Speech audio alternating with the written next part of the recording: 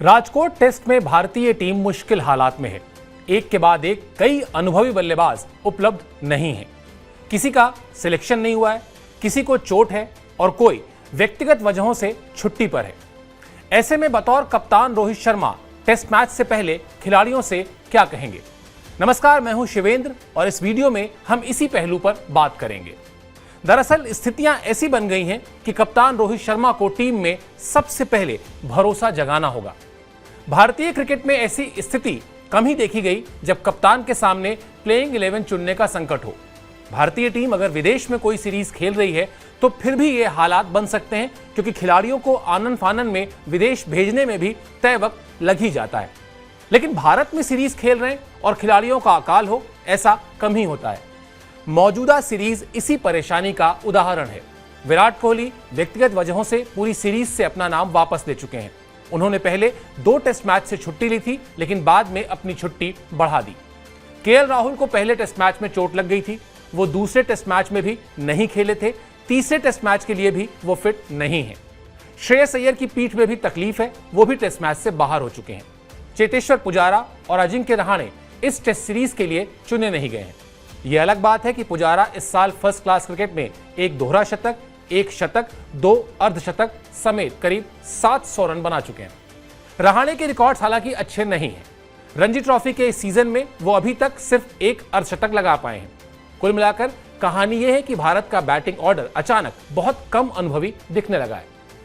रोहित शर्मा को छोड़ दें तो कई बल्लेबाजों का टेस्ट अनुभव दहाई तक भी नहीं पहुंचा है।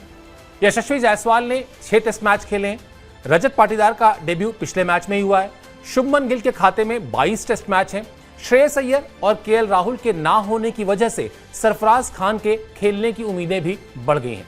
वो राजकोट में अपने टेस्ट करियर की शुरुआत कर सकते हैं। फिलहाल 5 मैच की सीरीज के 2 मैच खेले गए हैं। 2 मैचों के बाद सीरीज का स्कोर 1-1 से बराबरी पर है, यानी तीसरा टेस्ट मैच बहुत अहम रहने वाला है भारतीय टीम के लिए।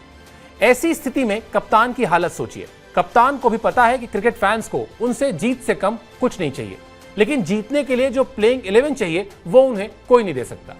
रोहित की मजबूरी है कि वो कम अनुभवी खिलाड़ियों के साथ मैदान में उतरे।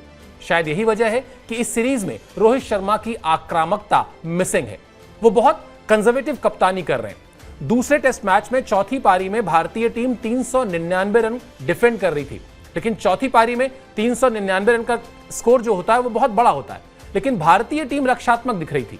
बेन स्टोक्स और जॉनी बेयरस्टो जब तक क्रीज पर थे तब तक तो भारतीय खिलाड़ियों की बॉडी लैंग्वेज ही अलग थी।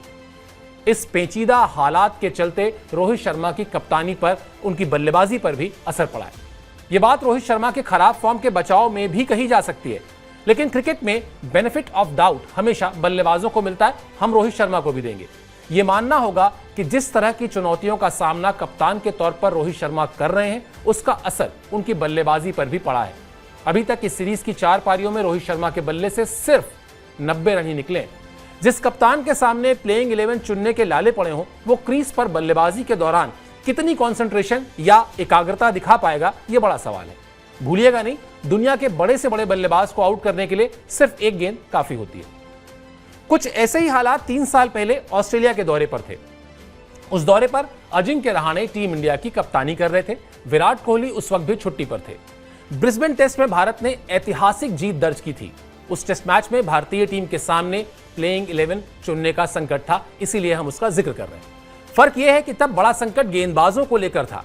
जसप्रीत बुमराह को पेट के निचले हिस्से में तकलीफ थी। रविंद्र जडेजा को भी सीरीज के दौरान चोट लगी थी, वो भी उस टेस्ट मैच में नहीं खेल सकते थे। उमेश यादव और मोहम्मद शमी भी इंजर्ड थे। बल्लेबाजों में केएल राहुल अनफिट थे। आपको उस मैच की प्लेइंग 11 याद दिलाते हैं। गेंदबाजों की टोली पर जरा गौर कीजिएगा। उस मैच में भारतीय टीम में रोहित शर्मा, शुभमन गिल, चेतेश्वर पुजारा, अजिंक्य रहाणे, मयंक अग्रवाल, ऋषभ पंत, वाशिंगटन सुंदर, शार्दुल ठाकुर, नवदीप सैनी, मोहम्मद सिराज और टी नटराजन थे। इतने कम अनुभव वाले गेंदबाजों के साथ भारतीय टीम पिछले 1 दशक में शायद ही किसी टेस्ट मैच में उतरी हो, लेकिन इन गेंदबाजों ने कमाल किया। इन्होंने जी जान लगाई। टेस्ट मैच जीतने के लिए विरोधी टीम के 20 विकेट लेने होते हैं। यह मुश्किल काम इन अनुभवहीन भारतीय गेंदबाजों ने किया था। मोहम्मद सिराज और शार्दुल ठाकुर ने शानदार गेंदबाजी की थी। शार्दुल ठाकुर ने 7 और मोहम्मद सिराज ने 6 विकेट लिए थे। इसके अलावा चौथी पारी में शुभमन गिल की 91 रन की संभली हुई और ऋषभ पंत की साहसिक 89 रन की पारी की बदौलत भारत ने 328 रन का मुश्किल लक्ष्य हासिल किया था। भारत की पहली पारी में रोहित शर्मा ने भी 44 रन का अहम योगदान दिया था। यानी रोहित शर्मा न सिर्फ उस जीत का हिस्सा थे, बल्कि उन्होंने भी पसीना बहाया था। उस वक्त वो कप्तान नहीं थे, लेकिन उन्होंने इस बात को करीब से महसूस किया है कि मजबूत इरादे किस तरह चुनौतियों को पार करना सिखाते हैं। रोहित शर्मा को अब यही सीख अपने खिलाड़ियों को देनी है राजकोट टेस्ट मैच से पहले। आपको ये वीडियो कैसी लगी, इस वीडियो के कमेंट सेक्शन में जाकर बताइए और एक बार फिर आपसे गुजारिश यही है कि स्पोर्ट्स 9 को सब्सक्राइब कर लीजिए। बहुत बहुत शुक्रिया, बहुत बहुत आभार।